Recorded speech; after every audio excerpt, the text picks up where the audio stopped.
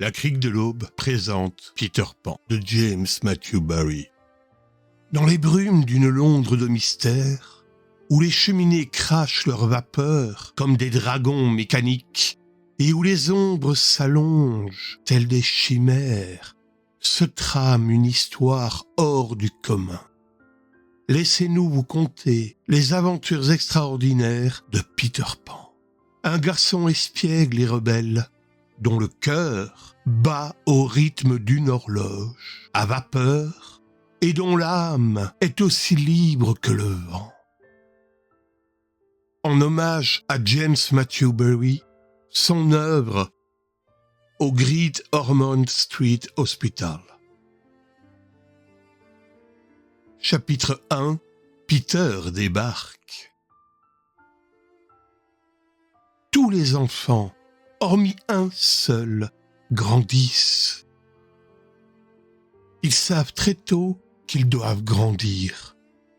Voici comment Wendy l'a pris à son tour. Elle avait 2 ans et cueillait des fleurs dans un jardin. Elle en cueillit une autre encore et courut l'offrir à sa mère. Elle devait être bien adorable en cet instant, car Madame Darling, portant la main à son cœur, s'écria « Si tu pouvais rester toujours ainsi !» Elle n'en dit pas plus long, mais dorénavant, Wendy sut qu'il lui faudrait grandir.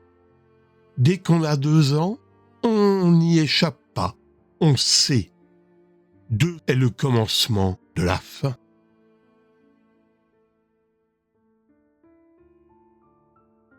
La famille habitait au numéro 14, et jusqu'à la venue de Wendy, sa mère était la reine. C'était une dame charmante, avec une tournure d'esprit romantique et une bouche si joliment moqueuse. Son esprit romantique ressemblait à ces petites boîtes qui viennent de l'Orient mystérieux et contiennent d'autres boîtes encloses, l'une dans l'autre. Vous croyez être arrivé à la dernière, elle en cache encore une à l'intérieur. Quant à cette bouche moqueuse, un baiser y était posé que Wendy ne parvenait jamais à prendre. Il se tenait là, bien ostensiblement, au coin des lèvres, à droite.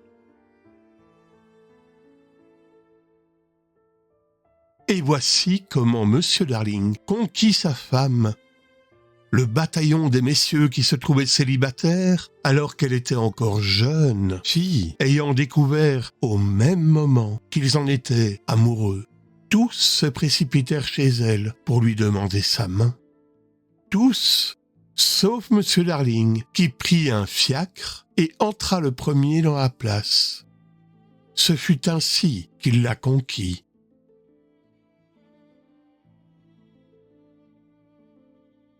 Il obtint tout d'elle, à l'exception de la boîte la plus secrète, dont il ignora toujours l'existence, et du baiser auquel, avec le temps, il renonça.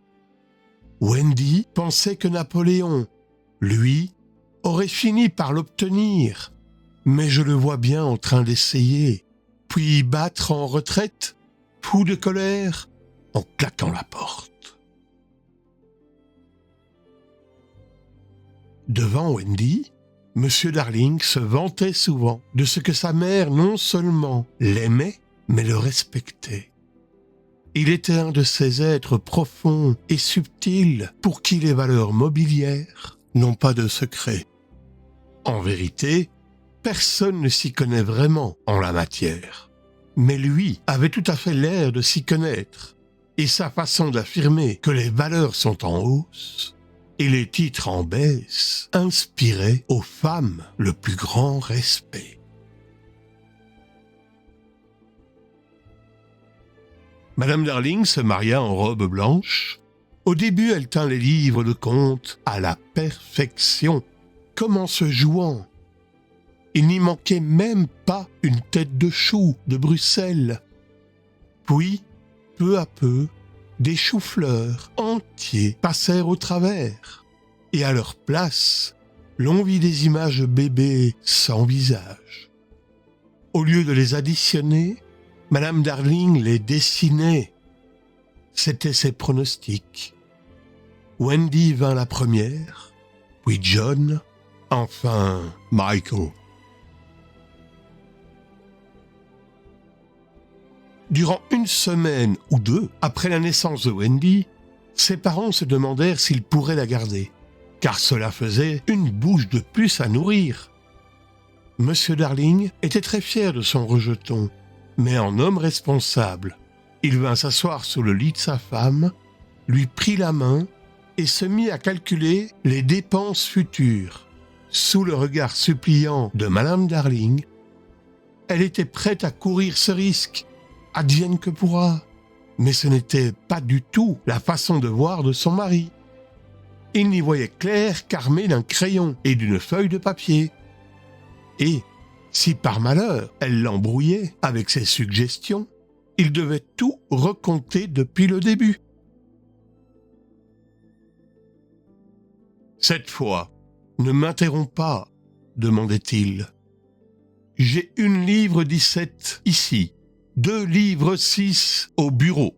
En me passant de mon café au travail, je gagne 10 shillings, ce qui fait 2 livres 9 shillings et 6 pence. Puis tes 18 livres 3. Cela fait 3 livres, 7 shillings, 9 pence, plus 5, 0, 0. Qu'est-ce qui remue? 8, 7, 9. Je reporte 7. Ne parle pas, mon trésor. Plus la livre que tu as prêtée à cet homme qui est venu frapper à la porte. Tranquille, bébé. Je reporte bébé. Ça y est, vous avez réussi. Que disais-je? 9, 7, 9, oui. 9, 7, 9. La question est donc de savoir si nous pouvons vivre pendant 1 an avec 9 livres, 7 shillings, 9 pence. Aucun problème, George. Mais Madame Darling avait un préjugé en faveur de Wendy, et c'était lui qui des deux montrait la plus grande force d'âme. Souviens-toi. Des oreillons, dit-il d'un ton menaçant, et il enfourcha de nouveau son dada. Oreillons, 1 livre. C'est ce que j'inscris, mais je crains que cela ne s'élève à une 30aine de shillings. Chut. Rougeole, 1 livre et demi. Rubéole, 1 demi-guinée, ce qui fait 2, 15, 6. Cesse d'agiter le doigt. Coqueluche, disons 15 shillings. Et la liste s'allongeait, et le total n'était jamais le même. En fin de compte, Wendy passa de justesse, avec un rabais de 7 shillings, 6 sur les oreillons, et les 2 maladies rouges ramenées à une seule. La venue de John fut tout aussi âprement discutée, et Michael faillit bien y rester. Pourtant, on les garda tous les deux, et bientôt on pouvait voir les 3 petits Darling se rendant à la queue leu-leu au jardin d'enfants de Mademoiselle Fulsom, sous la surveillance de leur bonne. Madame Darling aimait l'ordre, et Monsieur Darling s'efforçait scrupuleusement d'imiter ses voisins.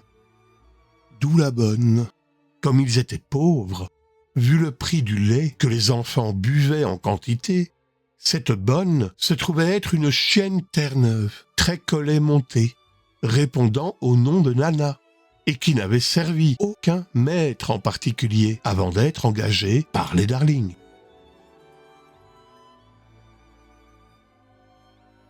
Ils avaient fait sa connaissance dans le parc de Kensington, où elle passait le plus clair de ses loisirs à jeter des coups d'œil furtifs dans les berceaux, ayant toujours considéré les enfants comme une affaire importante. Les bonnes d'enfants négligentes la détestaient pour cette manie, et aussi parce qu'elle les suivait jusqu'au logis et se plaignait à leur maîtresse. Nana se révéla d'emblée un vrai trésor de nounou, veillant strictement à l'heure du bain et se levant à n'importe quelle heure de la nuit, au moindre gémissement d'un de ses protégés. Car, naturellement, sa niche était installée dans la chambre des enfants. Avec un flair sans pareil, elle savait si votre toux est purement exaspérante ou si elle mérite qu'on vous entoure la gorge d'une chaussette. Jusqu'à sa dernière heure, elle resta fidèle aux remèdes de bonne femme comme les feuilles de rhubarbe et proclamait bien haut son mépris pour ces théories nouveaux genres sur les microbes et autres bestioles. On aurait pu prendre une leçon de bonne manière rien qu'à l'avoir escorté les enfants jusqu'à l'école. Lorsqu'ils se tenaient bien, elle leur permettait de marcher à côté d'elle et les rangeait en file indienne s'ils cherchaient à muser en chemin. Les jours de gymnastique, elle n'oubliait jamais le tricot de John et portait toujours un parapluie dans sa gueule pour le cas où il pleuvrait. Il y avait, dans le sous-sol du jardin d'enfants, une salle où les bonnes attendaient. Elle s'asseyait sur les banquettes tandis que Nana se couchait sur le plancher. C'était là la seule différence. Néanmoins, celle-ci affectait de l'ignorer, comme si elle occupait un rang inférieur de la société. Et elle, de son côté, n'avait que dédain pour leur futile bavardage. Lorsque des amis de Madame Darling venaient visiter la chambre des enfants, Nana, contrariée, subtilisait en un clin d'œil le tablier de John pour lui enfiler à la place celui qui est orné d'un galon bleu, défroissait la robe de Wendy et se précipitait sur les cheveux de John. On aurait pu trouver pouponnière mieux gérée. Pourtant, Monsieur Darling, tout en reconnaissant le fait, éprouvait un certain malaise quand il imaginait les commentaires des voisins. Ne devait-il pas songer au rang qu'il occupait dans la ville ? Nana le gênait encore d'un autre point de vue. Il avait le sentiment qu'elle ne l'admirait pas. « Mais si, George, elle t'admire follement. » le rassurait Madame Darling, tout en faisant signe aux enfants de se montrer, alors particulièrement gentils envers papa. S'ensuivaient alors des danses gracieuses, auxquelles se joignait parfois Lisa, l'autre domestique des Darling.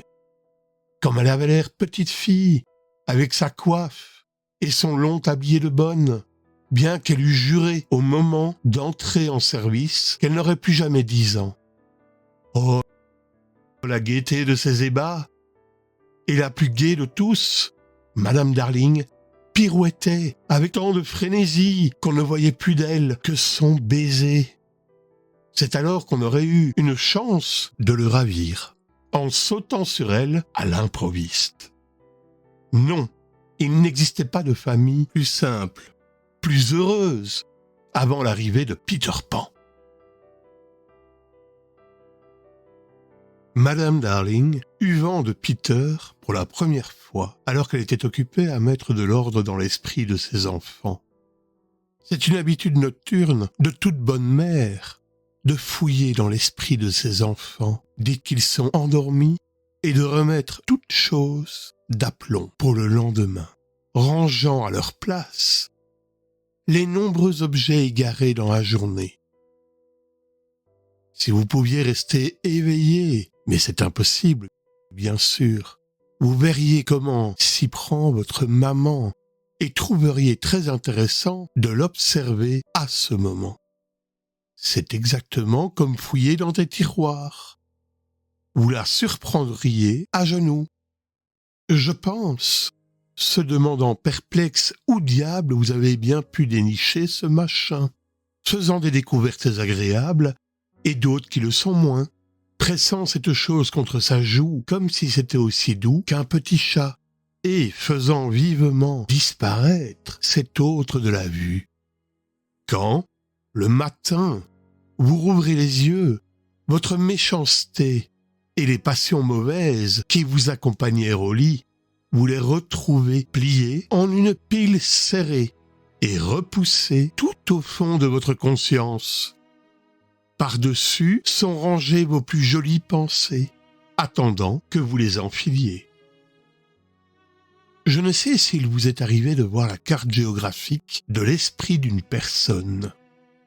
Les docteurs dessinent parfois un schéma d'autres parties de votre corps, et ces croquis suscitent le plus vif intérêt.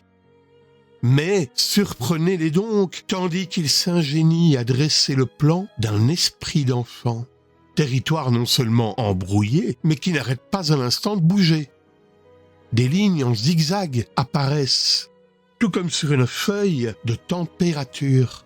Ce sont probablement les routes qui sillonnent l'île, car le pays de l'imaginaire est toujours plus ou moins une île, avec, ici et là, d'étonnantes taches de couleurs, des récifs de corail et, au large, de fins voiliers corsaires.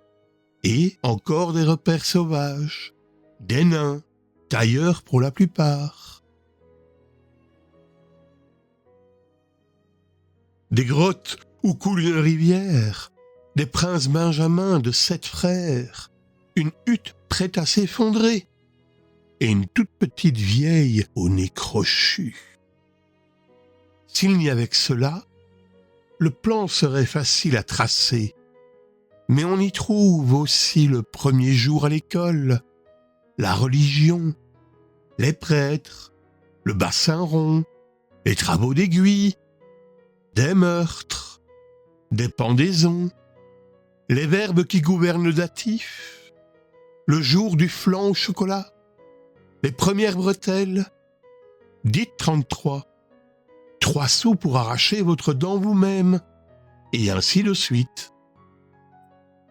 Et comme ces choses font tantôt partie de l'île, tantôt d'une autre carte, qu'on voit par transparence, on ne s'y retrouve plus du tout, d'autant que cela remue tout le temps. Évidemment, le pays de l'imaginaire diffère beaucoup d'une personne à l'autre. Celui de John, par exemple, possède une lagune où vont, volant, des flamants roses que John tire à la carabine, alors que Michael, qui est encore petit, a un flamant rose que survolent des lagunes. John vit dans un bateau échoué, dans les sables, la quille en l'air. Michael dans un wigwam. Et Wendy dans une hutte de feuilles habilement cousues ensemble. John n'a pas d'amis. Michael reçoit les siens la nuit. Wendy chouchoute un louveteau abandonné par ses parents. Mais dans l'ensemble, les contrées de l'imaginaire ont toutes un air de famille. Et si elles voulaient bien se tenir en rang devant vous, vous diriez qu'elles ont toutes le même nez, la même bouche, etc. C'est toujours sur ces rivages magiques que les enfants viennent échouer leurs canots. Nous aussi, nous y sommes allés, et bien que nous n'y aborderons jamais plus, nous avons encore dans l'oreille le chant des vagues. De toutes les citerres, l'île de l'imaginaire est la mieux abritée et la plus dense. Pas du genre qui s'étire en longueur, avec d'ennuyeuses distances d'une aventure à l'autre, mais pleine comme un œuf. Le jour, quand on y joue, avec la nappe et les chaises, elle n'a rien d'effrayant. Mais 2 minutes avant de s'endormir, elle devient presque vraie. C'est pourquoi l'on a inventé les veilleuses. Au cours de ses voyages, à travers l'esprit de ses enfants, il arrivait à Madame Darling de tomber sur des choses incompréhensibles pour elle. Entre autres, et par-dessus tout, le mot « Peter ». Elle ne connaissait aucun Peter, et pourtant, il apparaissait ça et là dans la tête de John et de Michael. Tandis que Wendy était toute gribouillée de son nom, écrit en gros caractères effrontés.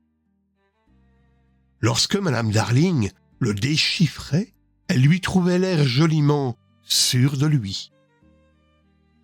Oui, il est plutôt sûr de lui. Admit Wendy à regret. Comme sa mère la questionnait à son sujet, Mais qui est-ce, mon chou? C'est Peter Pan, maman, tu sais bien. sur le coup, Madame Darling ne sut pas du tout, mais en remontant dans son enfance, elle se souvient d'un Peter Pan qui vivait, disait-on, chez les fées. On racontait d'étranges histoires à son propos. Ainsi, on prétendait que, lorsque les enfants meurent, il les accompagne un bout de chemin pour qu'ils n'aient pas peur. Madame Darling y avait cru autrefois, mais à présent qu'elle était mariée et raisonnable, elle avait peine à admettre qu'un être pareil pût exister. D'ailleurs, Dit-elle à Wendy.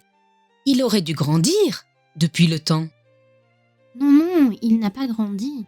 Assura Wendy d'un ton confidentiel. Il a tout juste ma taille. Aussi bien de corps que d'esprit, voulait-elle dire. Comment le savait-elle? Impossible de le dire. Elle le savait, un point c'est tout. Madame Darling consulta son mari, mais celui-ci sourit avec un pfff de mépris. « Écoute-moi bien, dit-il. C'est quelque idiotie que Nana leur aura fourré dans la tête. Tout à fait le genre d'idée qui vient aux chiens. Laisse courir, ça leur passera. » Cela ne passa pas. Pourtant, au contraire, le turbulent garçon allait bientôt donner un choc sérieux à Madame Darling. Les enfants vivent les plus étranges aventures sans en être aucunement troublés. Ainsi, une semaine après un tel événement, il leur prend l'envie de vous raconter comment, alors qu'ils se promenaient dans la forêt, ils ont rencontré leur père mort et ont joué avec lui. Ce fut de manière accidentelle que Wendy fit un matin une révélation alarmante. On avait découvert sous le parquet de la chambre à coucher des feuilles mortes qui, assurément, ne s'y trouvaient pas lorsque les enfants étaient allés dormir. Madame Darling essayait de résoudre cette énigme quand Wendy expliqua avec un sourire indulgent. Je crois que c'est encore Peter. Que veux-tu dire, Wendy? C'est vilain de sa part de ne pas balayer. Soupira Wendy, qui était très soigneuse. Peter venait parfois dans la chambre, pendant la nuit, expliqua-t-elle mine de rien, et il lui jouait de la flûte, assis au pied de son lit. Hélas, elle ne se réveillait jamais. Aussi lui était-il impossible de savoir comment elle le savait. Elle le savait, un point c'est tout. Tu dis des sottises, mon trésor. Personne ne peut entrer dans la maison sans frapper. Je crois qu'il entre par la fenêtre. Ma chérie, voyons. Au 3e étage? Les feuilles mortes ne se trouvaient-elles pas au pied de la fenêtre, maman? C'était vrai, c'est là qu'on les avait trouvées. Madame Darling se demandait ce qu'il fallait en penser. Tout cela semblait si naturel à Wendy qu'on ne pouvait classer l'affaire en prétendant qu'elle avait dû rêver. Mon enfant, S'écria Madame Darling. pourquoi ne pas m'en avoir parlé plus tôt? J'ai oublié. Dit Wendy avec insouciance. De fait, elle avait hâte de prendre son petit déjeuner. Bon, Wendy avait dû rêver. Pourtant, ces feuilles étaient bien là. Madame Darling les examina attentivement. Ce n'étaient plus que des squelettes de feuilles, mais elle pouvait certifier qu'elles ne provenaient d'aucun arbre connu en Angleterre. Elle se mit à quatre pattes sur le plancher, scruta à la chandelle les empreintes d'un pied bizarre, explora la cheminée à l'aide du tisonnier, sonda les murs, puis elle laissa se dérouler un ruban de la fenêtre jusqu'au trottoir. Cela représentait une dizaine de mètres, avec guère plus qu'une gouttière pour grimper jusqu'en haut. Plus de doute, Wendy avait rêvé. Eh bien non, elle n'avait pas rêvé, comme cela fut démontré précisément la nuit qui suivit, et qui marqua le début des extraordinaires aventures des jeunes Darling. Cette nuit-là, donc, les enfants allèrent, une fois de plus, se coucher. C'était le jour de congé de Nana, et Madame Darling les avait elle-même baignés, puis bercés jusqu'au moment où, l'un après l'autre, ils avaient lâché sa main pour glisser lentement vers le pays du sommeil.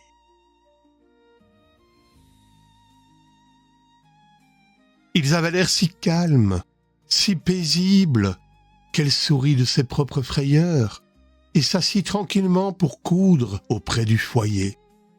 C'était une chemise destinée à Michael, la première chemise de sa vie qu'il mettrait le jour de son anniversaire. La chaleur du feu était douce, la chambre faiblement éclairée par les veilleuses et, à présent, la couture avait glissé sur les genoux de Madame Darling. Puis sa tête dodelina. Oh! Fort gracieusement. Elle s'était endormie. Regardez-les tous les quatre, Wendy et Michael de ce côté-ci, John de celui-là, et Madame Darling près du feu. Il y aurait dû y avoir une quatrième veilleuse. Dans son sommeil, Madame Darling eut un rêve. Elle rêva que le pays de l'imaginaire s'était dangereusement rapproché et qu'un étrange garçon en était débarqué. Il ne l'effrayait pas. Elle l'avait déjà vu sur le visage des femmes qui n'ont pas d'enfants. Et peut-être le voit-on également sur le visage de certaines mères. Mais, dans son rêve, il avait troué le voile qui cache la contrée de l'imaginaire. Et elle vit Wendy, John et Michael, qui regardaient par ce trou. Jusque-là, pas de quoi fouetter un chat. Mais, tandis que le rêve se poursuivait, la fenêtre s'ouvrit violemment et un garçon sauta sur le plancher. Une étrange lumière, pas plus grosse que le poing, l'accompagnait et dansait follement dans l'air de la chambre, comme si elle était vivante. À mon avis, ce fut elle qui réveilla Madame Darling.